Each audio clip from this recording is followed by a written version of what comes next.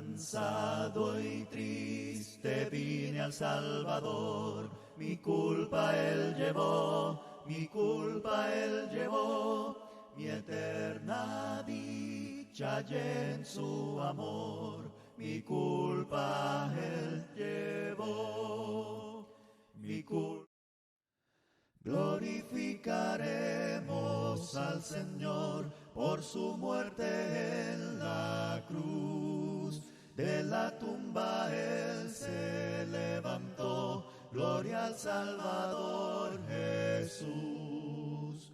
Por 40 días regresó, a los suyos se mostró. A sus seguidores dio la paz y en las nubes ascendió. Majestad, excelsa majestad, tributadle la gloria y el honor.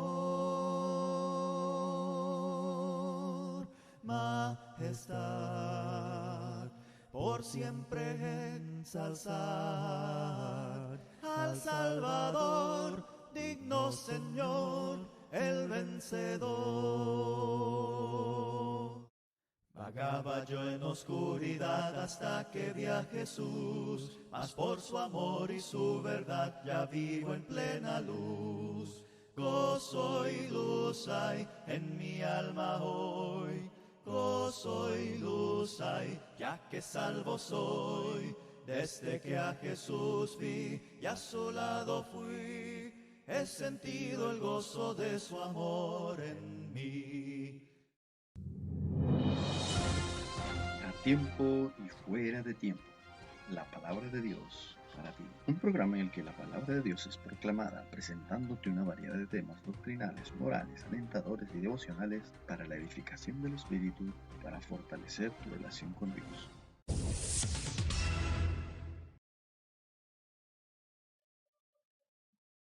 Muy buenos días, queridos hermanos. Le damos la bienvenida de parte nuestra, de parte de la Iglesia de Cristo en Villa Alejandro.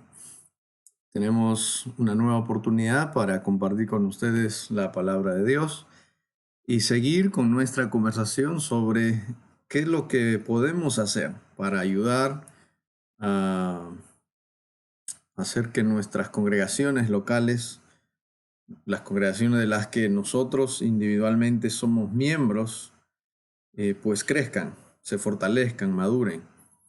Y de hecho hay mucho por hacer. Y hay mucho que cada uno de nosotros como individuos podemos hacer. Así que, pues vamos a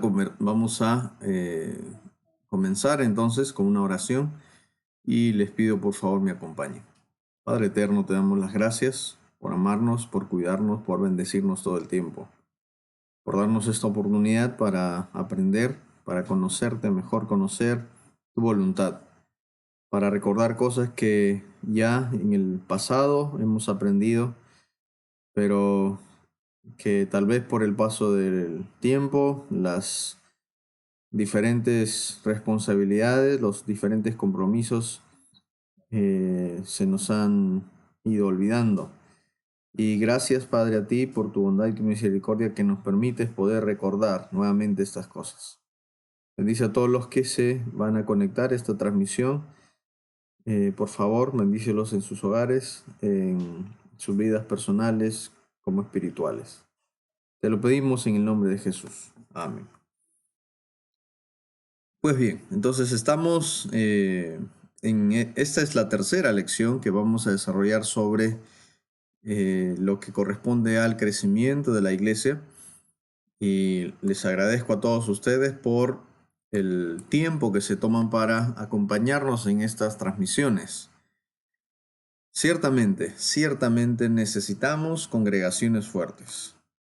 De todas maneras, es parte de nuestro compromiso, es parte de lo que Dios espera para su iglesia, que ésta crezca, según sus expectativas, según sus planes. que si bien por naturaleza empieza como una pequeña semilla, el plan o su naturaleza es que esta semilla crezca y se haga un gran árbol, ¿no? Sobre el cual vengan y posen las aves y hagan sus nidos. Si ustedes recordarán, esa es la ilustración que hizo Jesús hablando acerca del reino de los cielos, en esa parábola de la semilla de mostaza. Y claramente se ilustra allí el plan del Señor, el plan de Dios, de que el reino de Dios crezca.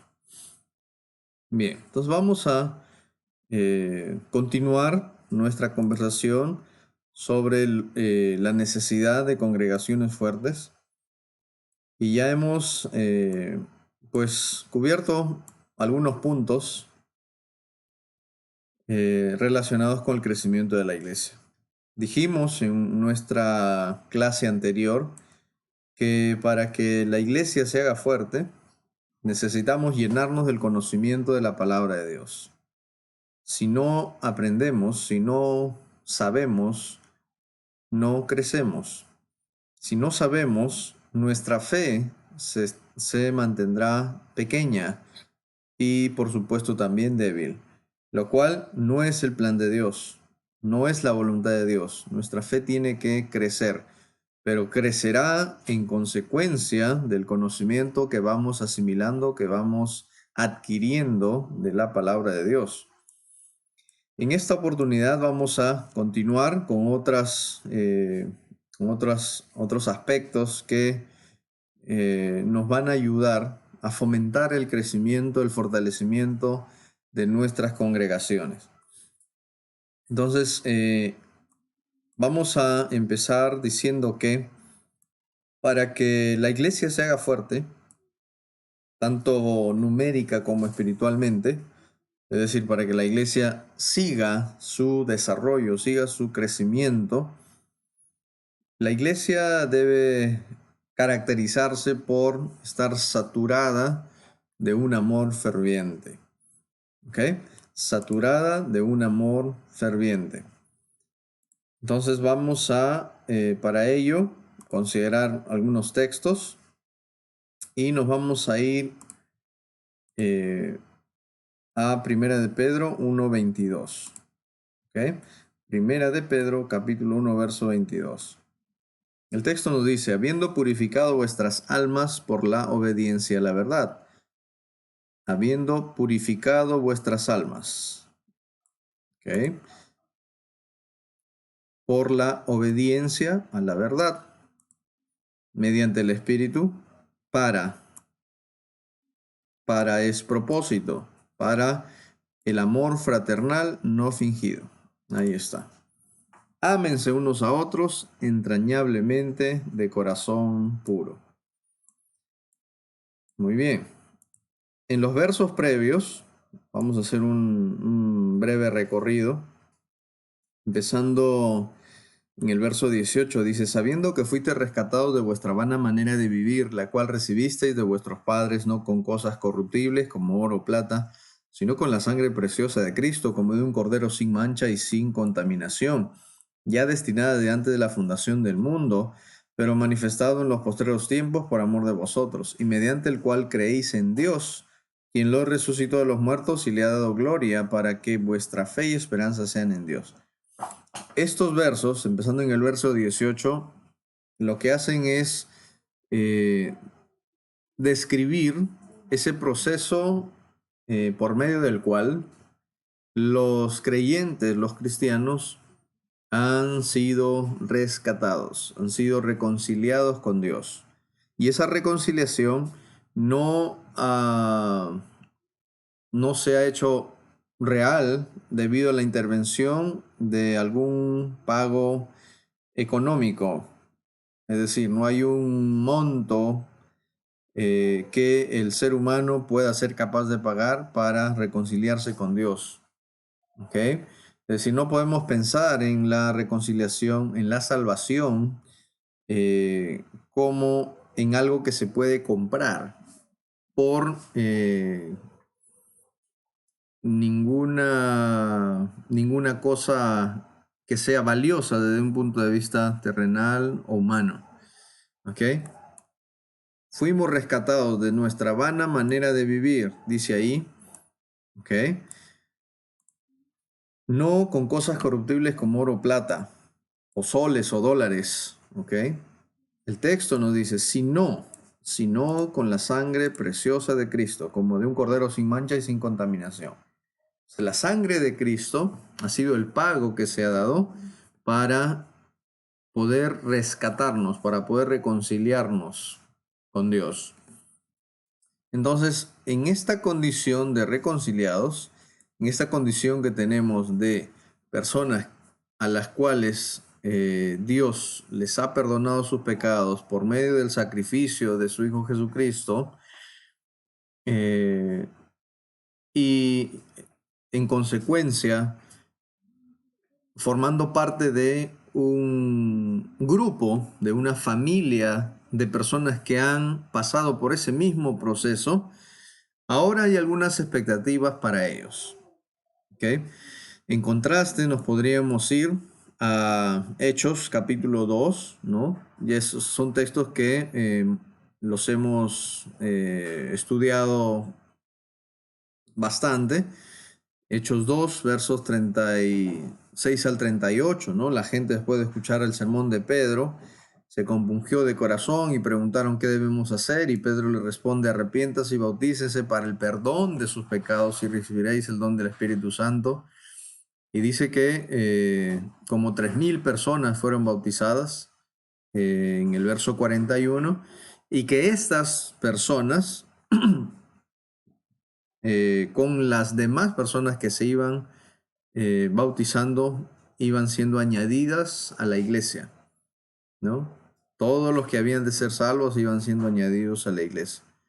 Entonces, después de este proceso de rescate, de este proceso de reconciliación, que solamente es posible por medio de la sangre de Cristo a través del bautismo, ¿ok? Todos aquellos que han sido reconciliados, rescatados, son hechos parte de la iglesia del Señor, son hechos parte de la familia de Dios, son hechos parte de aquel grupo o aquel cuerpo de creyentes de los cuales se tienen muy altas expectativas para sus nuevas vidas, sus vidas renovadas, sus vidas en Cristo. Entre esas cosas, el apóstol Pedro menciona que ya que forman parte de un colectivo, forman parte de un grupo, de una familia, lo que se espera de ellos, de cada individuo, para que puedan interrelacionarse, interactuar entre sí, se hace indispensable, se hace fundamental, esencial, el amor fraternal. Volvemos a 1 Pedro 1:22. Dice, habiendo purificado vuestras almas por la obediencia a la verdad, ahí está, cuando se obedece la verdad, cuando se obedece a la verdad, ¿qué pasa? Pedro dice, el alma se purifica. Esa verdad que obedecemos, el Señor Jesús diría que también nos libera, nos hace libres de la esclavitud del pecado, ¿no? Juan capítulo 8 versos 30 y 31, ¿correcto? Y también el apóstol Pablo en Efesios 1:13 diría que esa verdad que se obedece es el evangelio, ¿ok? El evangelio de salvación. Entonces, cuando se obedece la verdad, a esa forma de doctrina, también diría el apóstol Pablo en Romanos capítulo 5:16, cuando se obedece a esa forma de doctrina, a la verdad, somos perdonados, somos purificados, somos liberados, ¿ok? Espiritualmente. Dice, purificado vuestras almas, habiendo purificado vuestras almas por la obediencia a la verdad, mediante el Espíritu. Dice, es mediante el Espíritu porque este mensaje que se nos transmite es el efecto, es el resultado o el trabajo del Espíritu Santo, ¿no es cierto? Si no fuera por el papel que desempeña el Espíritu Santo en la transmisión de la verdad, la propagación de una verdad sin alteración, ¿ok? Una verdad pura, obviamente no podríamos tener acceso a ella. En el primer siglo esa transmisión era oral, pero eventualmente quedó registrado en las páginas del Nuevo Testamento y ahora lo podemos leer. Entonces podemos estar seguros de que el mensaje que estamos leyendo, que estamos viendo o escuchando, cualquiera sea la situación, es debido a que el Espíritu Santo así lo ha permitido. ¿Ok? Entonces hay una interconexión en ese proceso de liberación y de reconciliación o de rescate. Hay una interacción que vemos en la divinidad, ¿no? El Padre, el Hijo y el Espíritu Santo están estrechamente relacionados en todo ese proceso. Pero una vez que el alma se ha purificado, se ha limpiado por la obediencia a la verdad, dice Pedro, o con el propósito de. Por supuesto que hay otros pasajes bíblicos que nos hablan acerca de las otras responsabilidades, de los otros compromisos que vienen como parte de la vida cristiana, de la vida nueva, ¿no? Pero Pedro resalta el hecho de que si hemos obedecido a la verdad y nuestras conciencias, nuestras almas se han purificado, entonces ahora que compartimos tiempo, ahora que estamos relacionados con personas que han hecho lo mismo, debemos entonces caracterizarnos como iglesia por el amor fraternal entre nosotros. ¿Ok? Pedro dice, ámense unos a otros entrañablemente de corazón puro. En el contexto del apóstol Pedro, o en el contexto en el que se escribe la carta, los cristianos son acusados de ser personas muy, se podría decir, lujuriosas. ¿Ok? Los gentiles, los paganos, acusaban a los cristianos de ser gente lujuriosa, porque no comprendían estas expresiones, ¿no? Como las que tiene el apóstol Pedro aquí, de amarse fraternalmente, sin fingimiento, o amarse entrañablemente. Para los gentiles que posiblemente escuchaban las predicaciones o estos mensajes entre los cristianos, para ellos eso representaba inmoralidad, eso representaba lujuria, eso representaba orgía, ¿no? Y de alguna u otra manera había una especie de persecución en contra de los cristianos en ese sentido. Por supuesto que no había ningún fundamento válido para ellos para que pudieran levantar esas acusaciones contra los cristianos. Pedro no está hablando acá de que entre los cristianos deben haber relaciones ilícitas, relaciones pecaminosas, lujuriosas, carnales, ¿no? Faltas de pudor y de modestia. Pedro no está hablando de eso. El amor fraternal que menciona aquí en el verso 22 es el amor familiar, el amor que se profesa en el hogar, en el seno de la familia, ¿no? El amor que le tenemos a nuestros hijos, a nuestros parientes, ¿ok? Es decir, todas estas personas que han sido reconciliadas con Dios, que vienen de uno y otro lugar, de una y otra familia, de uno y otro estrato social, sin importar todas esas diferencias, sin importar sus pasados, sin importar nada de lo que tenga que ver con ellos, más que la relación espiritual que tienen con Dios, debería ser suficiente eso para construir lazos sinceros de amistad, de fraternidad, de amor. ¿Ok? Pedro dice, ámense unos a otros entrañablemente de corazón puro. Si es que hay alguna acusación por ahí infundada hacia los cristianos, que con estas verdaderas demostraciones de amor fraternal y pureza, pues les cae en la boca a todos ellos, ¿no? Pero es muy interesante eh, esto de que en la iglesia del Señor se fomente la fraternidad, el amor fraternal, el amor entrañable. El amor, la palabra entraña tiene que ver con lo más profundo del ser de una persona, ¿no? Tal vez hemos escuchado expresiones como te amo con todas mis entrañas, ¿no? Te amo con todas mis entrañas. Bueno, es una expresión para describir cuán fuerte, cuán verdadero, cuán profundo es el amor que siente esta persona por aquella otra. Bien. Entonces estamos hablando de que no se trata de un amor superficial, de un amor interesado, ¿no? De un amor egoísta. Es un amor sincero, un amor verdadero, un amor transparente.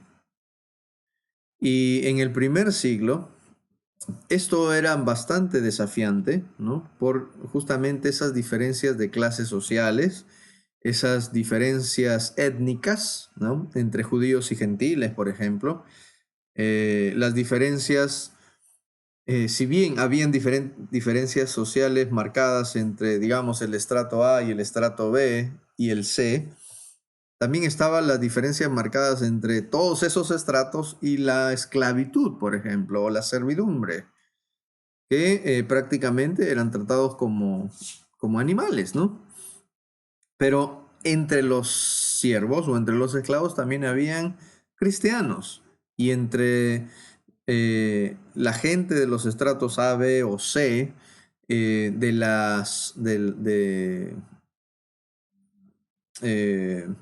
la sociedad, habían amos o empleadores o jefes que también eran cristianos, y ahora tienen que pues aprender a ver a todos por el hecho de que son parte de la misma familia de Dios, por el hecho de que han pasado por el mismo proceso de redención o de reconciliación con Dios, verlos, mirarlos, recibirlos con cierto tipo de amor, ¿ok? Con cierto tipo característico de amor, un amor fraternal, sincero, entrañable, no fingido. En la iglesia del Señor necesitamos este mismo tipo de amor si es que pretendemos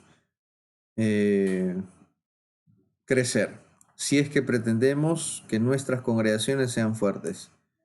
Es muy fácil ponernos a poner nuestra atención, nuestros ojos en las imperfecciones, los defectos, ¿no? Las limitaciones, las carencias de los demás. Y seguramente en nuestras congregaciones habrán personas con muchas cosas en las cuales podamos poner nuestra atención y perder tiempo y distraernos con todas esas cosas. Pero si el amor fraternal es fuerte, si el amor es entrañable, ninguno de esos pequeños detalles, ninguna de esas insignificancias serán suficientes como para impedirnos relacionarnos con cada uno de ellos, sin importar las diferencias. Necesitamos, sí, de verdad nos interesa que nuestras congregaciones crezcan, amar a nuestros hermanos, amarlos de verdad. El apóstol Pablo en 1 Corintios 13, 1 al 7, no vamos a hacer exégesis de esto, pero lo podemos leer rápidamente. Y creo que la mayoría de ustedes también está familiarizado, muy familiarizado con este pasaje en el que Pablo hace pues una, una enseñanza, una exhortación amplia respecto al amor, ¿no? Resaltando esos rasgos característicos de ese amor fraternal, de ese amor ágape. Dice, si yo hablase lenguas humanas y angélicas y no tengo amor, vengo a ser como metal que resuena o címbalo que retiñe. Como si golpeáramos la tapa de la olla todo el tiempo, ¿no? Así, sin melodía, sin armonía, un escándalo, algo desagradable, algo perturbador. Si tuviese profecía y entendiese todos los misterios y toda ciencia, y si tuviese toda la fe de tal manera que trasladase los montes, y no tengo amor, nada soy. Y si repartiese todos mis bienes para dar de comer a los pobres, y si entregase mi cuerpo para ser quemado, y no tengo amor, de nada me sirve. Entonces, Pablo va a pasar a describir cómo es el amor, que debe caracterizar a todos aquellos que han entrado a la familia de Dios, que han pasado por el lavamiento de sus conciencias, de sus almas, por medio del sacrificio de Cristo, y ahora son parte de la familia de Dios. El amor es sufrido, es benigno, el amor no tiene envidia, el amor no es jactancioso, no se envanece, no hace nada indebido, no busca lo suyo, no se irrita, no guarda rencor. No se goza de la injusticia, mas se goza de la verdad. Todo lo sufre, todo lo cree, todo lo espera, todo lo soporta. El amor nunca deja de ser. Y ahí ponemos puntos suspensivos. Entonces, ese es el amor característico que debería de gobernar, de reinar en la iglesia del Señor. ¿Ok? Con todas esas expresiones tan diversas, necesarias, que van a ser necesarias, se lo aseguro, en diferentes circunstancias, en el convivio, en el día a día, en el compartir que tendrán estos miembros individuales en la iglesia del Señor. ¿Ok? Entonces, debemos estar saturados con un amor ferviente. Además, Santiago 1:27, si queremos que nuestras congregaciones, que nuestras iglesias locales crezcan, tenemos que mantenernos sin mancha del mundo. Tenemos que mantenernos sin mancha del mundo. Santiago 1:27 dice, la religión pura y sin mácula delante de Dios el Padre es esta: visitar a los huérfanos y a las viudas en sus tribulaciones y guardarse sin mancha del mundo. ¿Ok? Ahora vamos a subirle un poquito más. Religión pura y sin mácula. ¿Ok? La religión es un conjunto de creencias, básicamente, ¿no? Un conjunto de creencias, de doctrinas que profesamos, que hacen de alguna manera que nuestras vidas como creyentes sean direccionadas.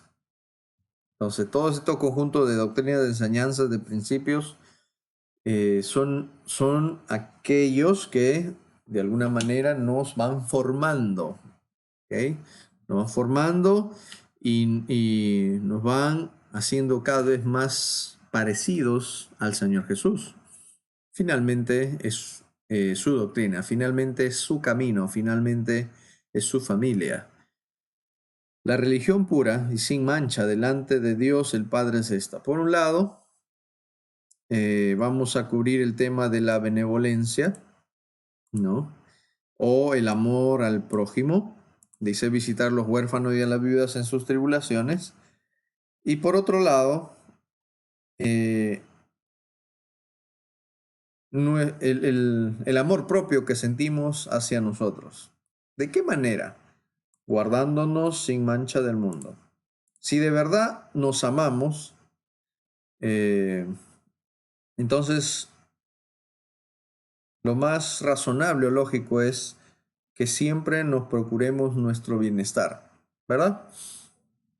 Digamos que esa es la regla fundamental de la autoestima o del amor propio. Si nos amamos, siempre vamos a procurar nuestro bien, nuestro bienestar, lo que más nos conviene. No nos vamos a dañar, no nos vamos a agredir, no nos vamos a ensuciar, ¿verdad? Nos vamos a autorrespetar, etcétera, etcétera, etcétera. Pues bien, el mandamiento que dejó el Señor Jesús fue, ¿no? Que amemos a Dios y a nuestro prójimo como a nosotros mismos. ¿Ok? Entonces, no podemos amar a nuestro prójimo si no nos amamos a nosotros mismos. Y tampoco es suficiente amarnos solamente a nosotros mismos y no amar al prójimo. Entonces, Santiago como que hace una especie de aplicación de este principio dejado por el Señor, ¿no? En la vida práctica del cristiano. Si decimos amarnos, entonces procuraremos nuestro bien, nuestro bienestar. Físico, por supuesto que sí, pero no solamente físico, sino también espiritual. Y eso va a implicar el mantenernos limpios espiritualmente hablando. En el punto anterior, en nuestra reflexión anterior, mencionábamos lo que el Señor Jesucristo tuvo que hacer para limpiarnos, para rescatarnos, ¿verdad? Su sacrificio fue necesario y suficiente para perfeccionarnos, para limpiarnos, para purificarnos. Pues bien, como parte de nuestra vida cristiana, como parte de nuestra vida como creyentes, tenemos que procurar mantenernos en ese estado de limpieza espiritual.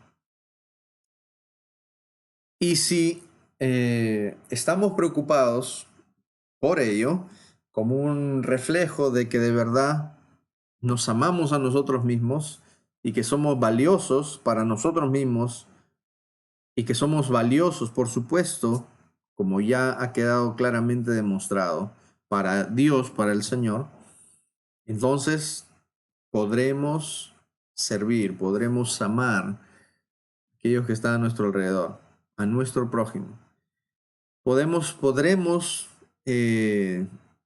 tener tiempo, así como lo tenemos para nosotros, también para los demás. Y Santiago dice, visitaremos entonces a los huérfanos y a las viudas en sus tribulaciones. O en todo caso, de una forma más general, estaremos al pendiente de las necesidades de nuestro prójimo. Pero es interesante cómo Santiago resume o sintetiza la verdadera religión, el verdadero cristianismo, ¿no? Bien, si pretendemos que nuestra congregación crezca, lo que nosotros tenemos que hacer con este tipo de vida, con este tipo de actitud, es demostrarle a las personas que sí se puede. Las personas necesitan darse cuenta que en la iglesia del Señor hay personas que se aman a sí mismos y que por ende hacen todo lo posible para mantener sus vidas espirituales limpias e íntegras, las cuales por supuesto tendrán un reflejo en sus vidas personales y como consecuencia de eso también son gente que ama al prójimo. Entonces las personas al notar lo comprometidos que están estos cristianos con las cosas espirituales, lo comprometidos que están estos cristianos con las cosas que predican, porque las hacen, probablemente sentirán la motivación para acercarse también al Señor. ¿Ok? Es decir, cuando la gente ve que ser cristiano es posible, entonces ellos sentirán la motivación para también ser cristianos. Pero ellos identificarán que ser cristiano no se puede cuando nosotros no amamos, cuando nosotros no servimos, cuando nosotros no ayudamos, cuando nosotros no cambiamos, cuando nosotros seguimos siendo las mismas personas, cuando seguimos involucrados en nuestras faltas, en nuestros pecados. La gente reconocerá que lo que predicamos ni siquiera nos ha afectado a nosotros mismos. Por lo tanto, no habrá la motivación, no habrá los argumentos prácticos para ellos para acercarse al Señor, ¿no? Y en consecuencia, por supuesto que los números o el crecimiento numérico no va a ser posible. Bien. El Señor Jesús, por ejemplo, en Juan 17, 20 y 21, dice: mas no ruego solamente por esto, sino también por los que han de creer en mí por la palabra de ellos, para que todos sean uno como tú, oh Padre, en mí y yo en ti, que también ellos sean uno en nosotros, para que el mundo crea que tú me enviaste. El Señor Jesús nos dice aquí, en esta sección, que la unidad, por ejemplo, es un rasgo característico entre los discípulos, entre los creyentes, entre aquellos que dicen seguirle. Y si esa unidad es constante, es permanente, entonces la gente podrá creer. El mundo creerá que Jesús ha sido enviado por Dios. Pero si hay contiendas, si hay pleitos, si hay divisiones entre los seguidores de Cristo, el Señor Jesús dice: ellos no tendrán las razones suficientes para creer en mí. ¿Y por qué no? Porque el mensaje que transmite una vida de división y de conflicto y de pleito y de grito y de problemas y discusiones, etcétera, etcétera, el mensaje que transmite es un mensaje que no es compatible con las enseñanzas de un maestro pacificador, de un maestro amoroso, de un maestro que se preocupa, ¿no?, por el bienestar de sus seguidores. Entonces, eso le resta fuerza al mensaje del Evangelio. Y por supuesto, no deberíamos ser responsables de que el mensaje del Evangelio pierda fuerza debido a nuestro mal comportamiento, debido a nuestro mal ejemplo, ¿verdad? Entonces, recapitulamos. Para hacer de nuestras congregaciones locales congregaciones fuertes, iglesias fuertes, dijimos, debemos llenarnos con el conocimiento de la palabra de Dios. Eso es fundamental. Como consecuencia, nos haremos fuertes en la fe. Por lo tanto, ser fuertes en la fe es también necesario. También debemos ser un pueblo saturado con el amor, con un amor ferviente, que debemos mantenernos sin mancha del mundo, ¿ok? Que debemos mantenernos sin mancha del mundo. Además, debemos llenarnos con celo y devoción. La iglesia debe ser una iglesia ferviente, una iglesia celosa, una iglesia devota. Y lo será si sus miembros individualmente, por supuesto, también lo son. Vamos a ver un par de textos y con esto vamos a cerrar y tendremos una próxima y última clase sobre cómo lograr que nuestras congregaciones sean fuertes el próximo jueves, ¿ok? Entonces, vamos a ver Apocalipsis 3, 14 al 19. La iglesia de la Odisea era una iglesia a la cual, por medio de los escritos de Juan, ¿no?, el Señor quería mandar un mensaje. Bien, vamos a leer Apocalipsis capítulo 3, versos 14 al 19. Y escribe al ángel de la iglesia en la Odisea.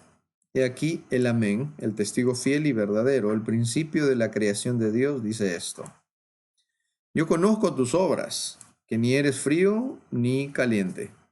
Ojalá fueses frío o caliente, pero por cuanto eres tibio y no frío ni caliente, te vomitaré de mi boca.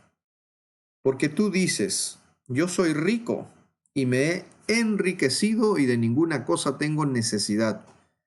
Y no sabes que tú eres un desventurado, miserable, pobre, ciego y desnudo. Por tanto, yo te aconsejo que de mí compres oro refinado en fuego, para que seas rico y vestiduras blancas para vestirte, y que no se descubra la vergüenza de tu desnudez, y unge tus ojos con colirio para que veas. Yo reprendo y castigo a todos los que amo. Sé pues celoso y arrepiéntete.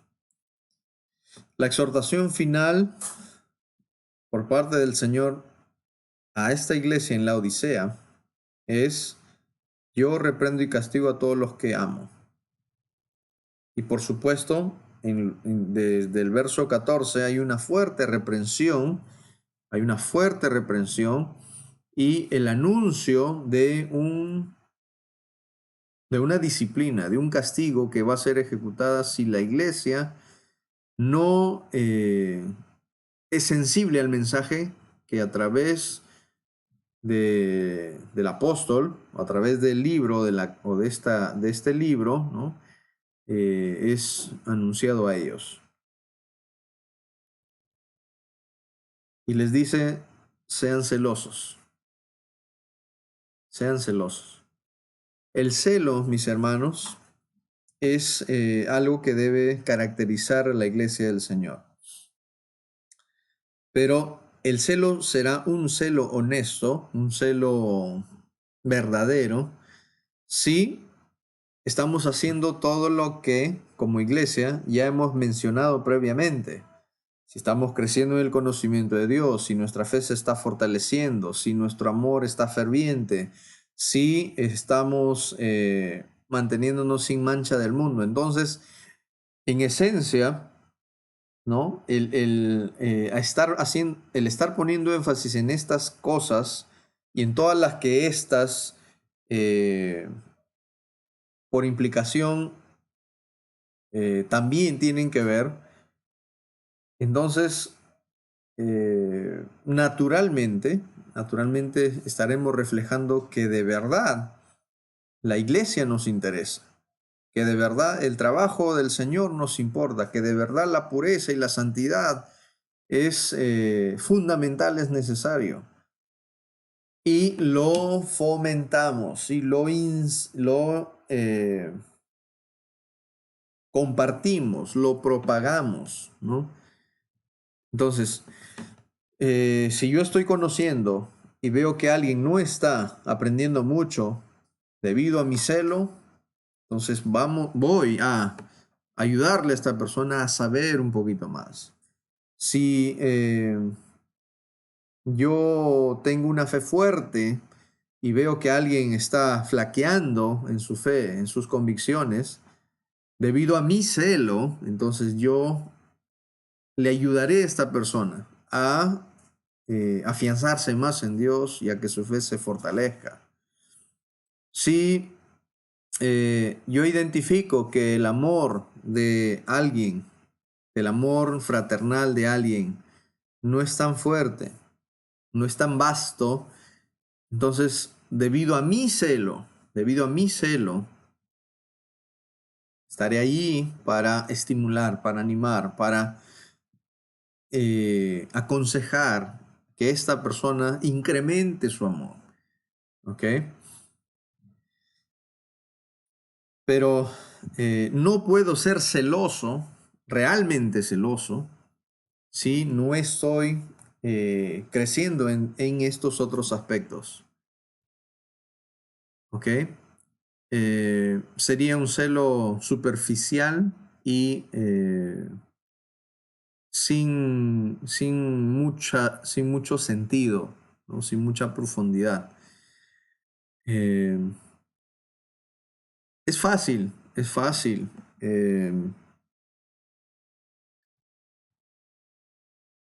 mirar los defectos de alguien, por ejemplo, ¿no? Es fácil apuntar o señalar con el dedo a alguien bajo la excusa de que tenemos celo por las cosas de Dios. Es fácil, pero es un celo injustificado si es que nosotros mismos estamos inmersos en ignorancia, estamos inmersos en un amor carente, pobre, estamos inmersos en la carnalidad y el pecado. No es un celo verdadero. Pedirle a las personas que sean santas o puras cuando uno no lo es, ¿no? Aconsejar a alguien con un consejo que para nosotros mismos no se aplica. Incentivar a las personas a aprender más de Dios cuando nosotros ni siquiera tomamos nuestra Biblia para leerla, no es un verdadero celo. La iglesia en la Odisea se ufana, ¿no? Se vanagloria de las apariencias, cuando en lo más profundo están vacíos. El Señor Jesús dice, tú dices que eres rico, tú dices que te has enriquecido, tú dices que no necesitas de nada, ¿ok? Pero no sabes que eres un desventurado, un miserable, un pobre, ciego y desnudo. Son adjetivos muy fuertes los que emplea el Señor Jesús para describir o calificar a esta iglesia. Desventurado, miserable, pobre, ciego y desnudo. ¡Qué tragedia, hermano! Pura apariencia es lo que esta iglesia ha estado reclamando. Pero en lo profundo, en la esencia, están pobres, están carentes. Y el único que puede encargarse de lidiar con eso, por supuesto que es el Señor. Te aconsejo que compres de mí oro refinado en fuego, ¿no? Está hablando de que en el Señor solamente se puede encontrar una verdadera purificación, que hay una verdadera limpieza o un volver a la senda correcta. Y además, ¿no? Una vez vueltos a la senda, tener la capacidad pues de distinguir la realidad de las cosas, incluyendo nuestras propias debilidades. Sé celoso y arrepiéntete. Nuestras congregaciones, con cada uno de sus miembros, tienen que ser congregaciones celosas, pero celosas de verdad, no celosas superficialmente hablando. Y alguien es celoso de verdad cuando en su propia vida espiritual la palabra de Dios, el consejo de Dios, la guía de Dios está trabajando fuertemente, ¿no? Y produciendo pues efectos de madurez y de pureza y de santidad. Entonces vive un cristianismo apasionado, un cristianismo vehemente, un cristianismo dedicado, esforzado, comprometido, con la capacidad ética y moral para influir en otros, para incentivar en otros, para exhortar y aconsejar en otros. Un celo verdadero.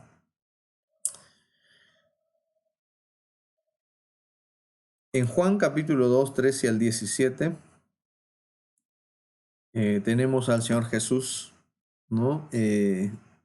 Haciendo una demostración de lo que estamos hablando aquí. Vamos a leer rápidamente. Estaba cerca la Pascua de los judíos y subió Jesús a Jerusalén y halló en el templo a los que vendían bueyes, ovejas y palomas y a los cambistas ahí sentados. Y haciendo un azote de cuerdas, echó fuera del templo a todos y las ovejas y los bueyes y esparció las monedas de los cambistas y volcó las mesas y dijo a los que vendían palomas, quitad de aquí esto y no hagáis de la casa de mi padre casa de mercado. Entonces se acordaron sus discípulos que está escrito, el celo de tu casa me consume. ¿Ok? El celo de tu casa me consume. Pero examinemos muy, muy de cerca la vida de Jesús, muy de cerca el carácter del Señor Jesús. ¿Ok? Hablando de un hombre que ha sido instruido constantemente en las Escrituras desde pequeño, que ha sido orientado, guiado por la palabra de Dios, que además sabe cuál es su misión, cuál es su rol, su papel en este mundo, ¿no? Y se esfuerza con su propia vida a demostrarle a sus discípulos o a aquellos que han empezado a seguirle lo que significa ser un hijo de Dios de verdad. Entonces tiene la autoridad moral, ¿no? Para hacer lo que hizo. Alguien alguna vez me preguntó, ¿qué haría yo si viera una procesión por la calle? ¿No? Y automáticamente yo ya sabía qué había detrás de esa pregunta, ¿no? Había una conversación relacionada a la actitud de Pablo también en Atenas, ¿no? Cuando él veía la idolatría al recorrer la ciudad. La actitud de Pablo en Iconio, ¿no? Cuando intentaron hacerlo a él, intentaron ofrecerle una adoración a él. Cuando de alguna manera estropeó los negocios de la gente en Filipos, ¿no? Bueno, entonces con esa pregunta, esta persona lo que intentaba decirme o probarme era si yo estaría en la capacidad de también hacer algo similar en una procesión hoy, ¿no? Es decir, tirar piedras al anda o a la imagen, ¿no? Que se está paseando en la procesión o algo así. Evidentemente era una pregunta cargada, ¿no? Son ese tipo de preguntas que tienen por propósito hacerte caer, hacerte tropezar, ¿no? Pero lo cierto es que tenemos que proceder, tenemos que actuar con amor, con prudencia, con justicia, ¿no? Con pureza, con paciencia. Y en consecuencia a los principios, en consecuencia a los conocimientos, en consecuencia a la sabiduría que hemos desarrollado, ¿no? Entonces, cuando vemos al Señor Jesús actuando de esta manera, obviamente lo hace en consecuencia de todas estas cosas y no de buenas a primeras, ¿verdad? Entonces, probablemente habría una mejor actitud, un mejor proceder por mi parte en la situación que se me propuso, ¿no? En aquella pregunta. No porque yo sea mejor que el Señor, pero evidentemente las circunstancias y el trasfondo y el escenario es totalmente diferente, ¿no? Aquí estamos hablando de gente que tiene la misma creencia, como judíos que son, que tienen las escrituras como referencia para hacer las cosas. Estamos hablando de un ambiente, un espacio en el cual los líderes y las autoridades religiosas del pueblo de Israel son quienes tienen la responsabilidad de salvaguardar, administrar o cuidar, y que no lo están haciendo. Entonces, el Señor Jesús está yendo en contra de todo ese trastorno que hay detrás de este negocio, ¿no? De ese trastorno de las escrituras, de lo que significa la casa de Dios para un judío, para un verdadero hijo de Dios.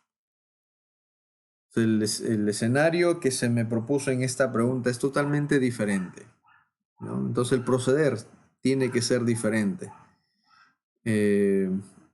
Pero el texto que recordaron los apóstoles era: el celo de tu casa me consume, ¿no?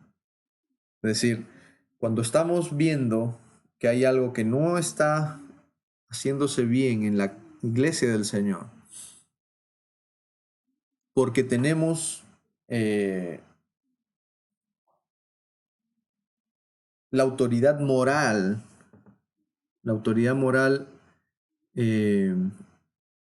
justificada por nuestro crecimiento, por nuestra madurez, por nuestra espiritualidad, nos empuja a hacer algo, hablar, aconsejar, tomar alguna medida con la intención de ayudar, ¿verdad? Pero si no, es simplemente una mera expresión externa de incomodidad, de disgusto, de enojo, ¿no? Por algo que simplemente no nos gusta. Pero de verdad en lo más profundo no lo sentimos. Y hay que tener cuidado con eso. Pero una iglesia que se está haciendo fuerte, que está creciendo, que está madurando, una iglesia que tiene celo y devoción, ¿no? Un fervor por las cosas espirituales, por las cosas de Dios, consecuente de las cosas previas que ya hemos mencionado en esta lección y en la lección anterior. Ok, vamos a quedarnos ahí, queridos amigos. Les agradezco mucho su atención. En nuestra próxima transmisión estaremos dando la última lección acerca de cómo lograr congregaciones fuertes, lo cual es una tremenda necesidad, por supuesto, el día de hoy, ¿no? Cada uno de nosotros sabe, cada uno de nosotros es consciente de lo que falta hacer. Y espero de verdad que las cosas que estoy compartiendo con ustedes, la conversación que estoy teniendo con ustedes a través de esta transmisión, de alguna manera complemente su estudio personal y ayude, ¿no?, a tener los recursos y las herramientas necesarias para ayudar en nuestras congregaciones locales. Quiero darle las gracias a todos ustedes una vez más por habernos acompañado en esta transmisión. Hasta el próximo jueves. Esto ha sido A Tiempo y Fuera de Tiempo.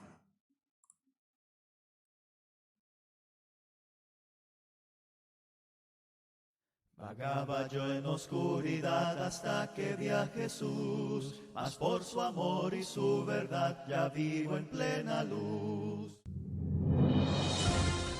A tiempo y fuera de tiempo.